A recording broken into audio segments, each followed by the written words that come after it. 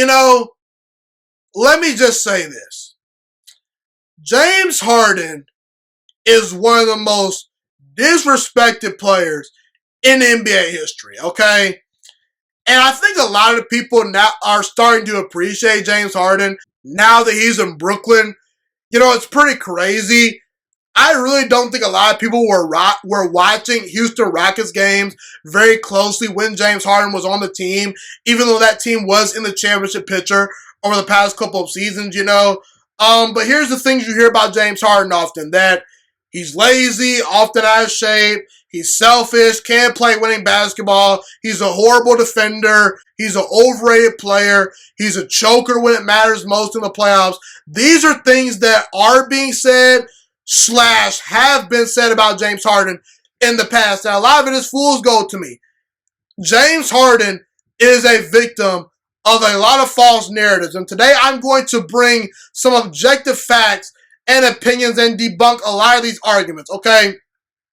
First of all, what you need to know about James Harden is he led the Houston Rockets to the playoffs for 7 straight years. And they got to 2 conference finals. Now, in his 8th season with the team, he obviously wanted out because he saw writing on the wall and he wanted to get traded to Brooklyn. I have no problem with that. But when James Harden first got to Houston, the previous 3 seasons, they were a non-playoff team. And James Harden, he instantly in year number 1 made the Houston Rockets a viable playoff team in a very tough Western Conference. And this year, the Houston Rockets, ironically without James Harden, you know what they're doing? They're stinking. They suck. They're awful. They have the worst record in all basketball this year without James Harden, okay? You can really tell how valuable a player is when you see the impact of them when they leave the building. There's a LeBron James quality here with James Harden where in the past, LeBron James would leave the Cleveland Cavaliers and the minute he leaves, they look like the worst team in all basketball. That's the same thing what happened with the Houston Rockets. James Harden leaves, they're the worst team in all basketball. So they went from a playoff team the previous 2 seasons to the worst team in all basketball overnight when James Harden left. And 7 straight years, they were a playoff team. 4 of those seasons, they won 50 games. And it's very funny how we make excuses for the fact that Steph Curry this year missed the playoffs. Steph Curry couldn't even win 40 games this year, okay? And yet we bash James Harden for consistently carrying the Houston Rockets to the playoffs and consistently winning 50 games a year. People can say, oh, well, Steph Curry had no help. Draymond Green is old and washed. He had no Klay Thompson. Klay Thompson was hurt. He had no help. Folks, James Harden didn't always have the most help in Houston either. In 2013, James Harden led the Houston Rockets to the playoffs. You know who was in that starting lineup? Chandler Parsons, Francisco Garcia, Patrick Beverly, and Amir Oski. Those were the 4 players that were on James Harden's side in that starting lineup. And he won 45 games with that starting 5 in a loaded Western Conference. And we're going to make excuses for Steph Curry, who has Andrew Wiggins and Draymond Green, James Wiseman, and a really good head coach in Steve Kerr, and he can't lead his team to the playoffs. I understand that Steph Curry has gotten the better of James Harden in the playoffs, but at some point, we need to talk about the fact that Steph Curry can't carry a team, and James Harden can carry a bunch of scrubs to the playoffs in a loaded Western Conference. Steph Curry can't. He proved that this year, okay? And do you all also remember in 2018 where Chris Paul missed 24 games and Eric Gordon missed 14 games and Clint Capella missed 15 games? And James Harden still led the Rockets to over 50 wins that season. That year, James Harden should have won the league MVP. I know he won the MVP back in 2018, but that year, James Harden put up historical scoring numbers. He should have won the league MVP that year. It was laughable. that they gave the MVP to Giannis. I was in support of Giannis getting the MVP this past year, but the year that Giannis won his first MVP, I was not in support because James Harden was clearly and by far away the best player. And James Harden never consistently always had an all-time great player by his side in Houston. Sure, he had Dwight Howard, and sure, he had Chris Paul, even though, Chris Paul had never been to a conference finals until he met James Harden. Okay, James Harden had been to a conference finals before Chris Paul got there, okay? I just want to point that out. James Harden did have Russell Westbrook for one season, but that was kind of a one-year experiment, and it was actually working. The Rockets just happened to run into a very good Los Angeles Lakers team, and when it comes to the coaching, everyone talks about how LeBron James has never had a great head coach, even though they failed to look at guys like Frank Vogel and Eric Spoelstra and give them their credit. But has Mike D'Antoni been a great head coach for the Houston Rockets? Kevin McHale, is he knocking your socks off? James Harden's never had an elite head coach by his side. Even back in Oklahoma City when he was the sixth man, I was not a huge Scott Brooks fan. The Rockets have been in the championship picture the last 6 years or so, 2 conference finals appearances. And what's the one team over the past couple of years, recently, that actually challenged the Kevin Durant-led Golden State Warriors? A team that pretty much was virtually unbeatable year in and year out. The Houston Rockets, led by James Harden, gave that team fits. James Harden pushed the Houston Rockets to a 7-game series with the Kevin Durant-led Golden State Warriors. Without Chris Paul in Game 7, okay? And Chris Paul got injured in Game 6 as well. And a lot of people actually think that if Chris Paul was available to play in Game 7, the Golden State Warriors might not have won the championship that year. We might have been talking about James Harden maybe taking over and being the best player in all basketball, because I believe he would have beaten LeBron James and the Cleveland Cavaliers that year, because Houston, they were a loaded squad. And then the very next year, James Harden pushed the Kevin Durant-led Golden State Warriors to 6 games once again. Are we not going to point out the fact that James Harden pushed the Golden State Warriors to 7 games and 6 games the next year? And meanwhile, LeBron James in 2 straight NBA Finals could only win 1 game versus that Golden State Warriors team? And let's not act like LeBron James didn't have help. He had Kyrie Irving. He had Kevin Love. He had a really good bench. Okay? I think the Cleveland Cavaliers teams that LeBron James rolled into the finals with were actually more talented than the team that James Harden had with the Houston Rockets. Maybe not the second time when LeBron James got swept in the NBA Finals, but, the talent was not, the gap, the point I'm trying to make is LeBron had help, and he could not figure out the Golden State Warriors once they added Kevin Durant. But James Harden, he pushed that team to the limit. Everyone talks about how James Harden is this choker. Listen, James Harden is not a choker. Just because James Harden can't beat an all-time great Warriors team led by Kevin Durant, who might go down as a top 10 player of all time, we shouldn't bash the guy, okay? Because in those playoffs versus Golden State, he averaged 29 points per game the first time, 6 assists and 5 rebounds. In the second round of the playoffs versus Golden State in 2019, he averaged 35 points per game, 5 assists and 7 rebounds. So we're knocking James Harden for putting up 30 points per game versus this all-time great Warriors team, and we're knocking him for losing to an all-time great team, but yet we make excuses for LeBron James because apparently he doesn't have enough help, and yet we make excuses for Steph Curry because he can't lead his team to the playoffs, but yet when James Harden does, we bash the guy. I don't get it.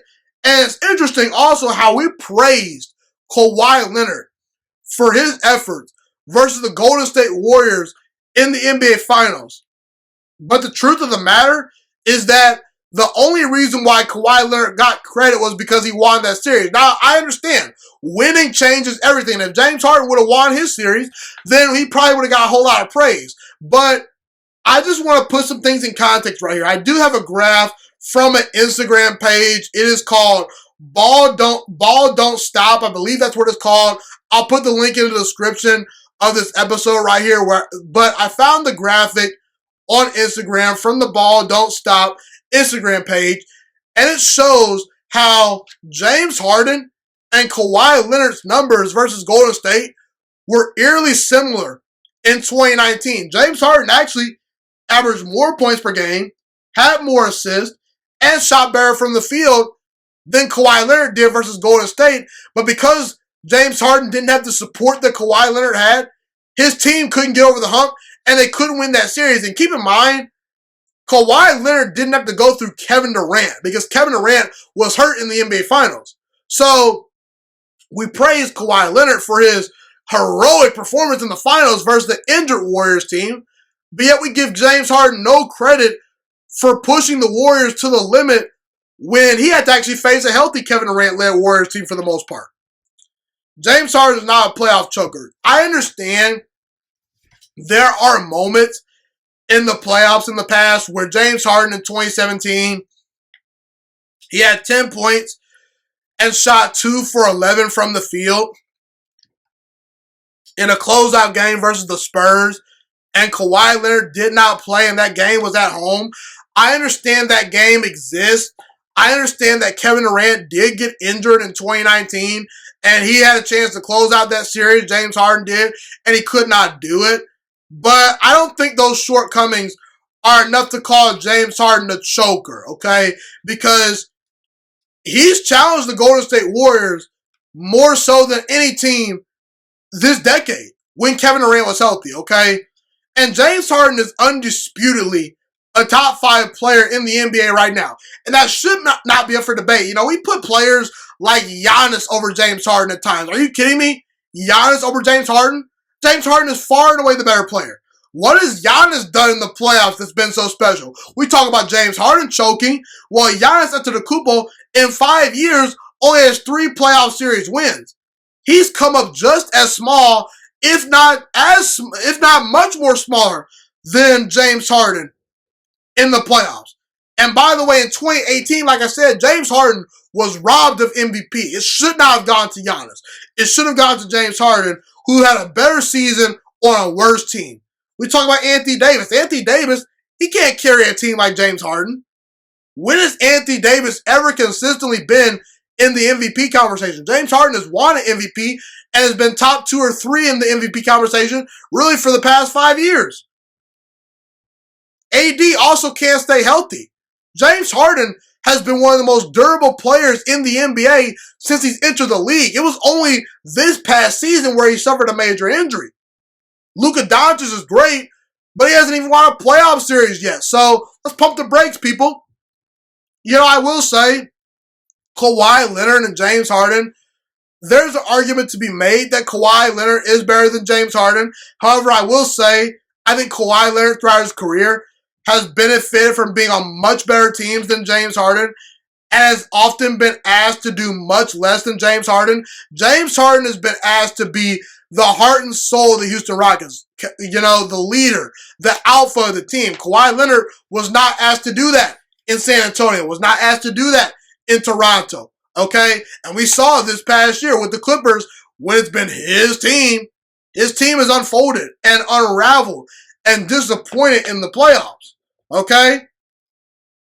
The only players in today's game right now that I am taking over James Harden is, in no particular order, LeBron James, Kevin Durant, and maybe Steph Curry. I'll give the slight edge to Steph Curry just because in the playoffs, Steph Curry has gotten the better of James Harden, but James Harden can carry a team to the playoffs when his team doesn't have a stacked roster. Steph Curry has not proven he can do that.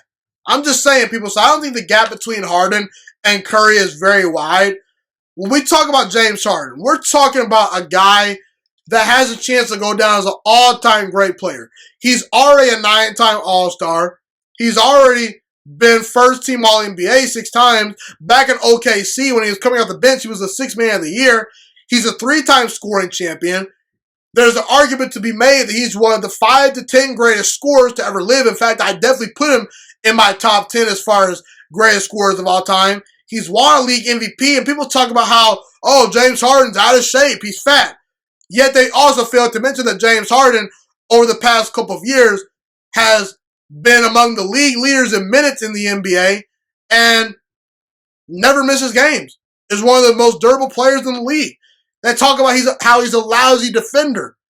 In fact, ever since he left OKC, he's improved every single year as a defender. He's a great post defender.